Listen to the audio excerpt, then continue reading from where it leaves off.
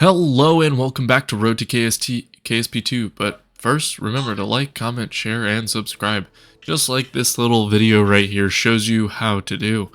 Yeah, it's been a little bit, but we're starting right off with, like, one of the best things. This is our only mission of the day, but that's alright. It is a long one, so I will get a little bit drawn out while talking about it. But it's a very important mission, just to show about the just huge distances we're talking about in this game. This is going to be our first interstellar probe. Yes, this probe will be heading all the way to Valentine, but it's not going to be a quick journey. Not by any means. I mean, it takes us 10 years to get out to Sarnas. What do you think this is gonna do? If you were wondering, just by any sort of mental math, it'll take us roughly 10,000 years to get out there.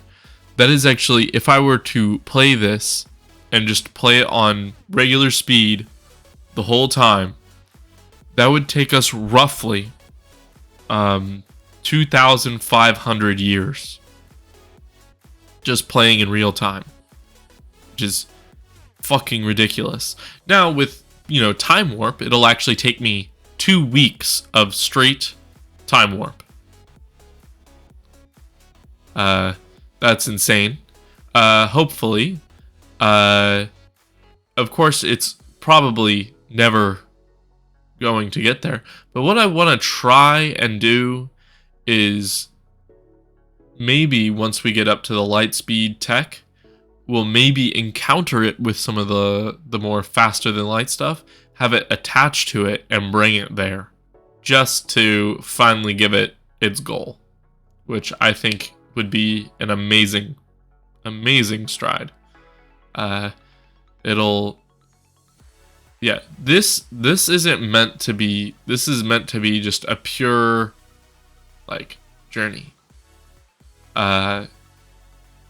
It's like the Tesla that we sent to space. It's not meant to really do a whole lot. I mean, it has science for if it eventually gets there before, if it gets there before we're done, before we even get out there, that'd be insane. I think based on the rate that we're doing this, I mean, maybe it'll get out there. It's 10,000 years in game. I don't think so, but I mean, when's KSP the next KSP game coming out? I mean, probably gonna be a while, so maybe it'll reach there.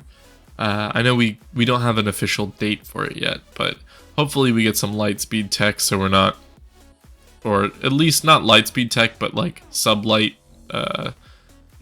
long duration engines that we can just keep ignited for ages at a time. But yeah, that's about it. I'm sorry about the long delay in videos. I moved. I moved from my old my dorm to an apartment. I now no longer live on campus. I live just off campus at decent, maybe only about 5 minutes away. I mean, it's not terrible, and it's actually really nice. This is a really nice apartment. I'll probably do some sort of room tour next year. Yeah, but it's really nice. I haven't fully gotten moved in. Currently my desk is in the wrong place, but I wanted to record this and get it out. And yeah, it's pretty chill. I love this place. This place looks awesome. It has a gym. It has a, my overall apartment is humongous. I live with 3 roommates. But our entire first floor is just a living room, which is awesome. And yeah, it's quite great. It's quite great here. Yeah. Anyway, here's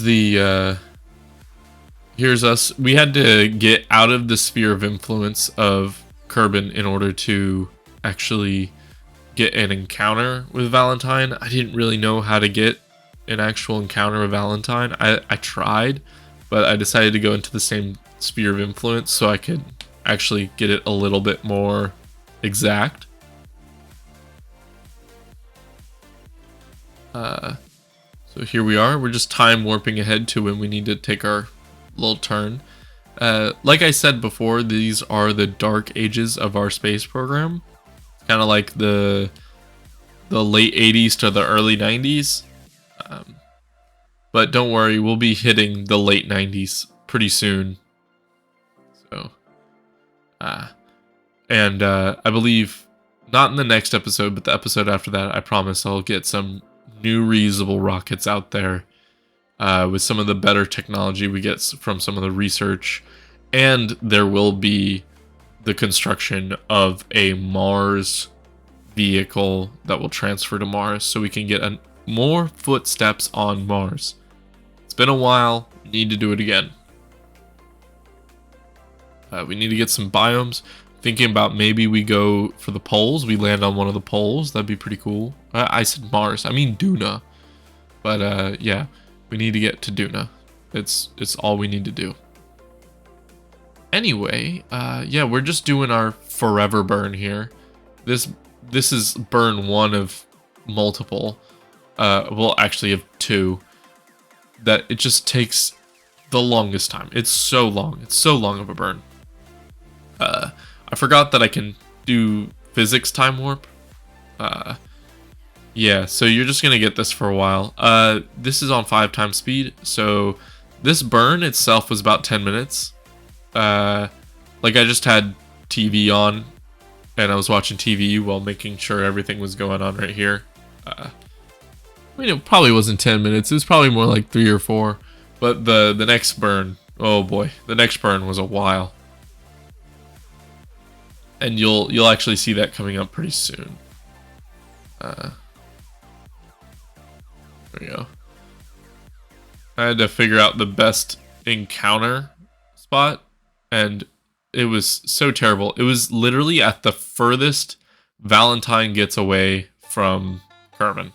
That is where we can, yeah, that's the closest place to encounter, which is a pain.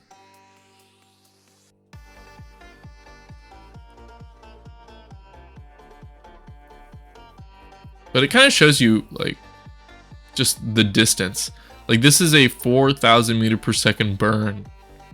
And it'll take several minutes because, you know, we're using these. And we also have drop tanks. Like, these tanks will just drop off because of how long it'll take. I also have, if you can't tell, the upper stage is also set to slow down our velocity around the star. I don't know if that'll be a successful maneuver, but I mean, it's worth a try. Also, all these solar panels are meant to,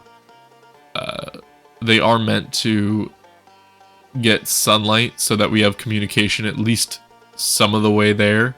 And then as soon as we reach Valentine, it'll start getting the solar radiation from Valentine. So it'll be all fine in the long run. Yep, but there we go. We had to drop the drop tanks. And look, they just blew right off. I mean, speed-wise, we're going really, really fast. And there we go. We made our encounter. And it's pretty far out right now. We'll get that fixed later. Or never. Who knows? Yeah, anyway, that's it. Peace out.